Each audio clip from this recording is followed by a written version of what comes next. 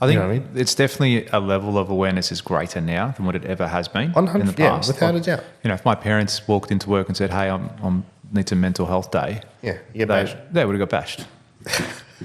They would have been shown the door and say, "Yeah, cool, just check your mental health at the door and don't come back." Yeah. That's what it would have been. Like, what's that? So then it definitely has come full circle as far as now anything it's like almost as soon as something is hard or difficult or stress, as you said, it gives you that excuse to go, oh, well, you know, this isn't good for me. I'm just going to check out. Yeah, and I need to get my mental and there's a level of you need to understand that life's hard. Life's not easy. Yeah. Lifing. It's not easy. Lifing. I'm gonna trademark that. Lifing. It's not easy. It's hard. There are difficult things in your life. You need delayed gratification on things. You've got to work for it. It has to be heartache. There has to be blood, sweat, and tears to achieve certain things in your life. And I think too many people, as you have said, will just go down the path, oh, well, that's not good for me and my mental space, so I'm not going to do that. No, you need to be resilient sometimes because it builds character. And when more difficult things come up in the future, which they will, it doesn't stop. It's not like, oh, I experienced that difficult time in my life. Thank God that's over and I never have to go through anything like that ever again. Because something's going to come up. Yeah. And if you've got the calluses and you've trained and you've gone through those difficult things, when they do come up again in the future, it's not going to be as bad.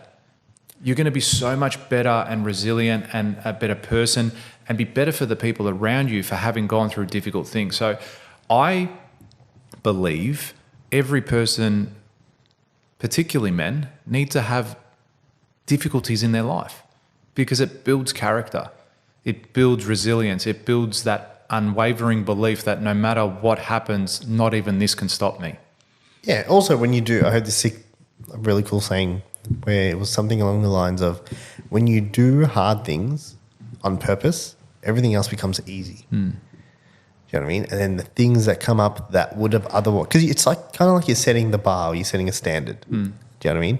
And if you can get up and you can go for a run when you don't want to, or go to the gym, or have a cold shower or ice bath, or whatever it is, you know what I mean? Whatever works for you, and you can do that to kick off your day, it allows everything else to everything else becomes like, it's like everything else compared to that start is like down here now, you know, and it just becomes easier from there. It just becomes a flow-on effect. Yeah.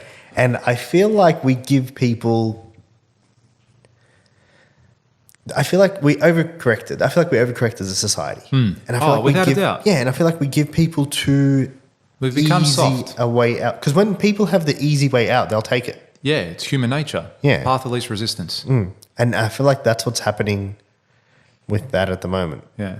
Do you know what I mean? Because it's never the person who's grinding. It's never the person who is, has a high work ethic, or like that person best shape of their life. Best shape of their life has, you know what I mean? He's doing everything right, or she is doing everything right. It's never that person. It's always the one who is having Maccas for lunch and does no exercise at all, and their sleeping pattern is a mess, and you know what I mean? They're not looking after their basic, and then they'll take it. Yeah. And it's like, you're not doing the foundational things right, and then you go and you take this drug. Yeah, I'm trying to work out how do I say it without sounding like a dick. Okay, let's put this into context. Sound like a dick, and just everyone understand that he's not a dick.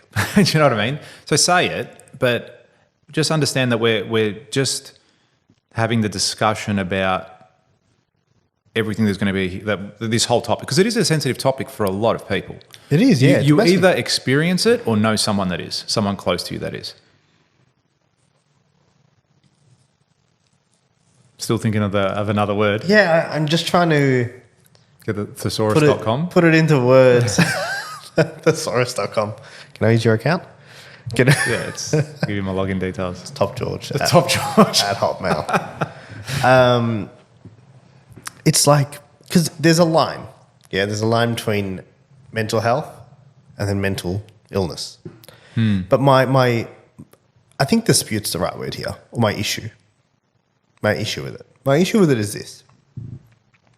It's a fact that when we raise, and I'm not saying we should never raise awareness around this, but I'm saying that when you put something at the forefront consistently, when you what you focus on expands. Yeah. So if you constantly believe that something is going to happen to you, there's a good chance it will. Yeah. And if you consistently focus on these things that aren't great and consistently put them in front of, I'll give you another example. This is it's something else that society's done that's shown you, and you can see that I saw this the other day, LGBTQ, yeah? Previous generation, so what's the current one? Gen Z or whatever it is? Gen Z is the one that's like in the workforce now. Like they've come into the workforce from the last sort of 5 years. Prior to that, millennials, 1 out of every 20, I think it's either 1 out of every 20 or 1%. I think it's 1% of millennials were LGBTQ. So they were either lesbian, gay, bi or trans, whatever. Now, Gen Z, so the current generation that's coming to the workforce, where they grew up in a time where it has been so put in front of them. This was a study done in the US, by the way, where it was put so much in front of them. They experienced it more in school. Like I didn't did you get taught it in school? No, never. Yeah, me either. But now it's full on in schools, yeah? And they got taught it in schools, and now 1 out of every 5 identifies as either LGBTQ or Q. Yeah. So like from 1% or 1 in 20, whatever it was much smaller number, to 1 in 5, 20%. That's what it was, sorry. It was 1% to 20%. So it went from 1% identified as it to 20% now identify as either lesbian, gay, bisexual or trans. And it's like, what's changed? Apart from us raising the level of awareness, what's changed? Have we changed as humans? Like, have we biologically changed? Not really. Yeah, not at all. In 20 years, we won't change that much. Biology happens, evolution happens over thousands and millions of years. So what's changed? Nothing. They just started putting it more at the forefront of your mind, and people started to relate to it. That's right. So my issue because with if I'm different, then I must be the plus or the Q or whatever it is. Because, and that's exactly my issue with that as well. It's like when they start using pronouns. Like I think I've said this in a previous episode. Like I will never ever disclose my pronouns. If someone asks me to disclose my pronouns, I'm going to leave the room. Like it's not a place I want to be in. If you can't fucking figure it out, you told me. Yeah, I did that, and I left, and I was like, "This is fucked." It's just silly. Like I see it's such what a just ridiculous concept.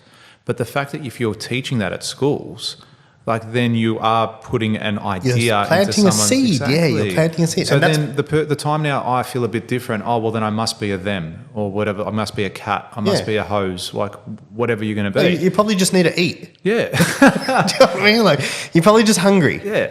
So yes, I definitely think there is that element of it, and people. I reckon the vast majority of people don't think like that. Believe it or not, I think the vast majority of people. There is 20%, 1 in 5.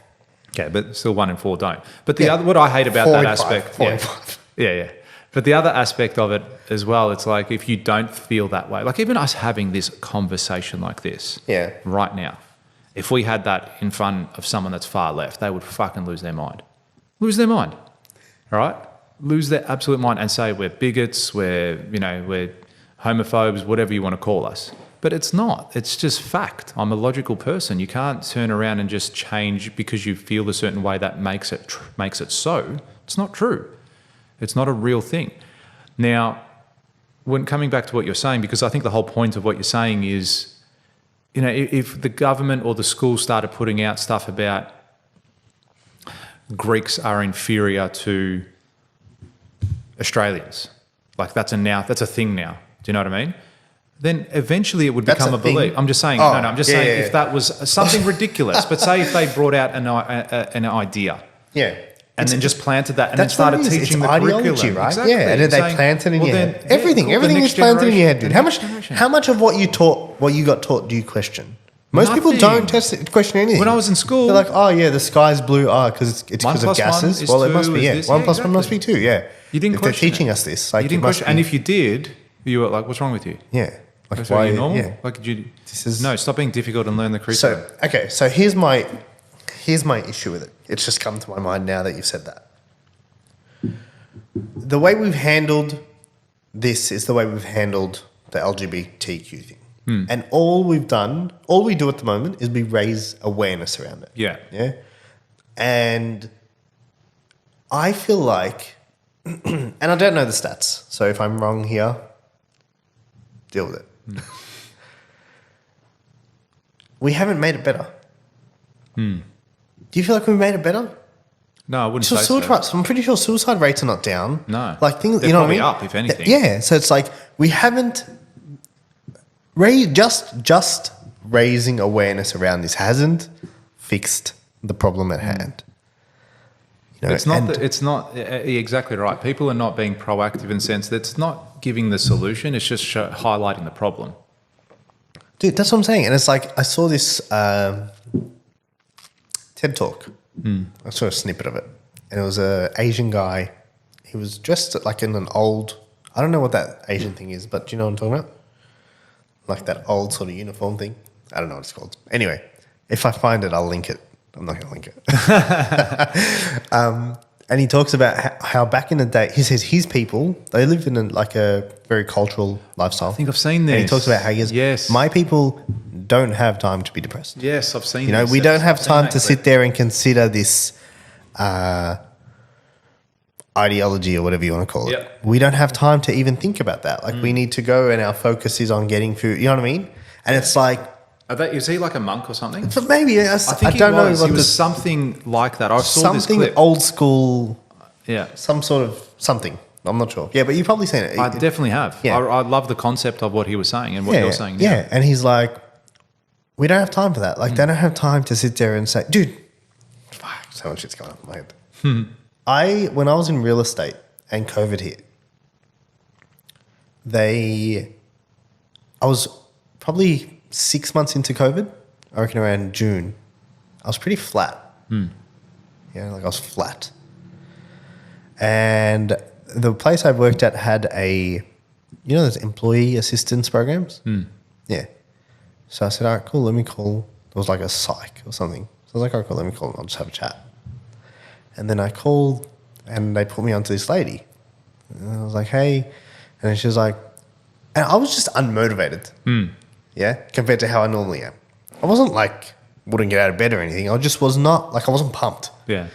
And I call this lady and I have a chat with her and then she starts telling me that I'm depressed. And I'm like thinking to myself, what? And she's like, yeah, it's okay. It's okay to feel like this. Like it's okay, you know what I mean? And trying to get me to acknowledge that I'm depressed.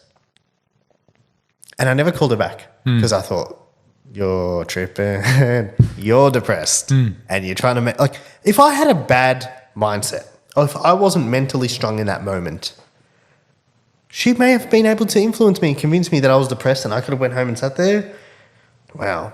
And bought into it. I'm depressed. Yeah, Yeah, I really I must am. be This depressed. must be what it I'm is. going through depression. Yeah. What do? Get some Xanax. Yeah. So if you like this clip and you want to watch another one, click just over here. Or if you want to watch the full episode, you can click over here. Don't forget to subscribe to the channel and thanks for watching.